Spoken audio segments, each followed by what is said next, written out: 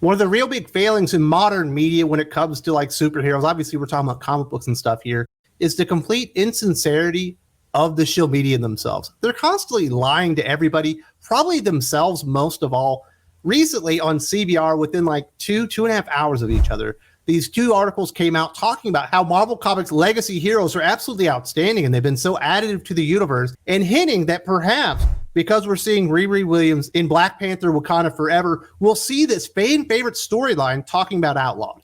I think we can all agree there are things that Marvel Comics do better than DC Comics and have historically done better than DC Comics. A lot of their characters are more relatable and stuff like that. But when it comes to legacy heroes, it is not even a contest. DC Comics have good, well-established legacy heroes, while Marvel Comics, on the other hand, have been failing across the board, specifically for the last 10 years or so. All new, all different, enormous failure. Marvel Legacy, another enormous failure. In fact, they had to backtrack and bring all the original heroes back because none of their replacement heroes really ever got over, other than Miles Morales, and Peter Parker Spider-Man never actually left. So Miles Morales was never actually like the Spider-Man, at least of the 616. He certainly was the Spider-Man of the Ultimate Universe. And then talking about Outlawed, this is a comic book event no one asked for, no one wanted, and no one read. It was in a bunch of obscure titles, and no one even knows where that event story begins and ends. If you told me today Outlawed is still going on, I would have to believe you, because I don't know that it actually did it. And it certainly didn't really reflect in any of the other comic books. I remember hearing about Outlawed once, maybe twice in Children of the Atom from Vita Ayala, and that's about it. And nobody read Children of the Atom either, so it was like a non-starter. You can say whatever you want, but claiming that Outlawed is somehow a fan favorite event, you know, Civil War 4 or 5, whatever you want to call it at this point. Since then, because I do assume that it has ended, we've had the next Civil War event, Devil's Raid, which was much better, much more well-received, and certainly much more read than that. So it's just the lying stuff really chaps my ass. Just be honest about the characters, because we have had a couple of instances of bringing these legacy characters into the MCU, which is what this is all about. It's not about comic books. It's about the MCU itself, with varying degrees of success. The two I'm going to talk about are Kate Bishop Hawkeye, as well as Falcon Cap. If you watch the Hawkeye series introducing Kate Bishop, they fix a lot of the problems with Kate Bishop in comic books. She's much more likable. They're not always trashing on Clint Barton at the expense of Kate Bishop to elevate her by making him go down. That kind of stuff. Really a much better interpretation and presentation of Kate Bishop, and I thought it was successful. But when you look at Falcon Cap, they made the exact same mistakes in the MCU that they made in the comic books. Sam Wilson has been a hero for decades at this point. He has an established personality.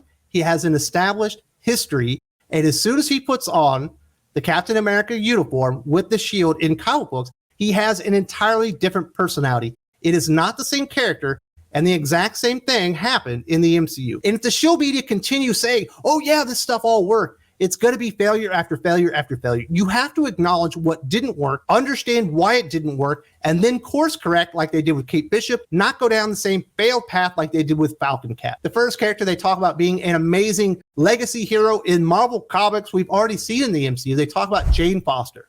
Jason Aaron's epic Thor saga was a blast from start to finish, and Jane Foster's stint as the Thunder God was undoubtedly the highlight of the entire run. Jason devised an inspired premise as Jane had to juggle her cancer battle with the escalating War of the Realms. Throughout the series, she demonstrated that she had all the makings of a true hero, having so much heart, some fantastic comebacks against her enemies, and even showing off her own signature moves. Jason Aaron's Thor run certainly started out much better than it ended, and I wouldn't say that Jane Foster as the mighty Thor was the highlight of the series. I think everyone can acknowledge at this point that Gore the God Butcher, that story arc, is certainly the highlight. She is involved in that. So at least we won't have to deal with Jane Foster Thor anymore in the MCU, and hopefully they just drop it from the comic books. It started out as a what-if story. For some reason, Jason Aaron, because he's a retcon specialist, he likes to go into the past, change characters into what he would actually like the character to be, and basically destroy everything that he touches. By the end of his Thor run, everybody was ready for it to end. War of the Realms absolutely sucked. Nobody cared at that point. No one cared that Jane Foster became the new Valkyrie or whatever. It was like, just get him off of this. Go write your stupid miniseries that no one's going to read anyway. And while Jane Foster as Thor started out strong and people liked it, it ran its course and then some. He dragged it on far, far, far too long. That should have been like a 6-month story at the most. He ended up dragging it on for years, and at the end, there was a tremendous amount of resentment towards Jane Foster as Thor. They certainly learned from that mistake in the MCU because the character is already dead. They are not going to drag that one on too long, and that's probably a smart move. Next, they talk about Miles Morales. Ultimate Spider-Man by Brian Michael Bendis was truly a remarkable feat, with the creative team somehow keeping the grounded charm of the web slinger's mythos perfectly intact while launching the franchise in a completely different direction. The series introduced a brand new cast of characters, taking great care in setting up Miles Morales' social circle. But then the article goes on to admit virtually every threat he went up against impacted him on a personal level, including the likes of Prowler, Venom, and even Hydra. And therein lies the problem with Miles Morales in the 616 itself. He never established his own identity. That's absolutely a lie. He's actually in the same exact city as Peter Parker. They don't need Miles Morales. They should have put him in another city and gave him his own villains. He's been fighting Peter Parker's rogues gallery for years now. They have never firmly established one real villain that is truly for Miles Morales. That is a failing. That is why the character does not work nearly as well in the Marvel 616 as it has in animated movies and video games, because there also Miles Morales has a distinctive personality, which he does not have in Marvel Comics. He's very boring, very bland. And recently, they ran out of stuff to do with Miles Morales, and they had to do what if Miles Morales was every other hero but himself in the Marvel Comics universe, just to do something that could be interesting with the character. We all remember what happened with What If Miles Morales was Thor. That was a huge failure. They got a lot of feedback on that one. Most of it negative, and trying to laud the success of Miles Morales in Marvel Comics is really laughable when you see what they've done with the character in other mediums, which has been way better than what Marvel Comics have been able to do with Miles Morales. Next, they talk about Falcon Cap. Captain America's stories have always reflected the current state of the world, and one of the best examples of that can be found with Nick Spencer's Captain America Sam Wilson run. The series was layered with allegories directly tackling prevalent social issues, from police brutality to the rise of corporations. In addition, Sam Wilson was an incredibly sympathetic Captain America. No matter how hard he tried, he always seemed to have his detractors. Of all the stupid mantle swaps that Marvel Comics have done, I think this one has been the most hurtful to both characters. Every time they try to bring Sam Wilson back as Captain America, it fails. It never works. And then when they relaunch a real Captain America series with Steve Rogers, it inevitably has lower sales than the previous Steve Rogers run, because people are getting worn out. 2 Captain Americas is one too many in the Marvel 616. This does not work. And I think the reason people never bought it is because the character never felt authentic to Sam Wilson. It felt like a wholly new character. As soon as he put on the Captain America uniform, as soon as he got the shield, as soon as he took on the responsibility of being Captain America, he became a completely different character, and he's essentially unrecognizable as a hero that we've known for decades upon decades at this point. This change has been absolutely brutal for Steve Rogers. It's been even more brutal to Sam Wilson. This did nothing good for anybody. They have 2 Captain America series, one for each of them, and they're both failing spectacularly because people are fed up. It's not going to work, and it sounds like Chris Evans is coming back in the MCU, so we're going to have the same issue there.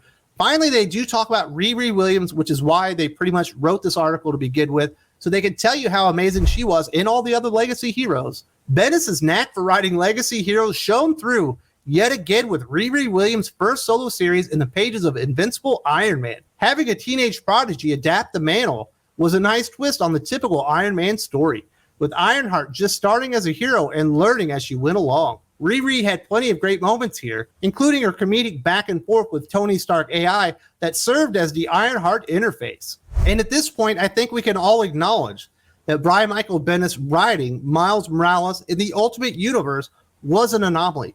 That's the only time I can think of that he's written a young hero that actually worked. The character was compelling. The stories were really invigorating, even if they were just kind of retreading the same ground that Peter Parker Spider-Man had already done in the past. Riri Williams was absolutely terrible. That character never earned anything. That character was given everything in that comic book series. She never had to fight for anything. She never had to fail. She never had to learn from her failures and get better and stronger as the series went along. She was perfect from day one. She was smarter than everybody. She was more capable than everybody, and she never failed. We have seen that change recently. We got to see her knocked the fuck out by Thanos, which I think a lot of people enjoyed. But for the most part, Riri Williams as Ironheart has been an enormous failure as far as sales and any type of fan enthusiasm regarding the character. As soon as she was introduced, some people checked it out, then they checked out and said, I'm waiting for Tony Stark to return, and the character has never gotten over in comics because she's never been compelling. Even though, I will admit, the Eve Ewing run, while it is short, is actually pretty good stuff. It's the best version of the character, but it didn't last very long because they needed to kick off Outlawed, obviously the subject of the other article here. Throughout Phase 4 of the MCU, a bitter resentment towards superpowered individuals has slowly but surely taken root within the public, with both Ms. Marvel and She-Hulk, Attorney at Law, demonstrating that a growing number of law enforcement officers and average citizens are willing to resort to drastic measures to protect themselves and their fellow normal people. With the anti-superhuman rhetoric on the rise on all fronts, the MCU's youngest heroes may find themselves on the opposite side of the law, and 2020's Outlawed crossover event series serves as a blueprint for this storyline. Yeah, there's an enormous problem with that. It wasn't well regarded, it wasn't well received, and basically nobody read it. And that's not even mentioning the fact that it's basically Civil War, but with younger heroes. It's the Mutant Registration Act. It's a Superhero Registration Act. It's the same story being regurgitated over and over again. If they're going to do something with Riri Williams, it's going to have to be new. They're going to have to create it out of whole cloth because there are no classic Ironheart stories. There are no classic stories with any of these new characters introduced in the all different era of Marvel Comics themselves, except probably the Gore the God Butcher story. They already used that one, and they've run out of the one story from that era that was actually pretty good. And unfortunately, they ruined Gore the God Butcher, and no one's happy with that. It just, like I said, calling Outlawed like a fan favorite story. Yes, there is a fan, and that story is their favorite. So it's very much in the singular. Nobody likes this thing, and it's certainly not classic. Marvel Studios have their work cut out for them. For the most part, the characters were wholly rejected because they were absolute abominations and terrible versions of legacy heroes. Something DC Comics has figured out, but something Marvel Comics still hasn't figured out at this point. And that's why I say Riri Williams Ironheart, introduced in this week's Black Panther Wakanda Forever movie, is absolutely destined to fail. I break it all down here. If you want some more information on Riri Williams Ironheart and why this thing is going to go off the rails, definitely check this out. If you don't see it here, there's also a link in the video description.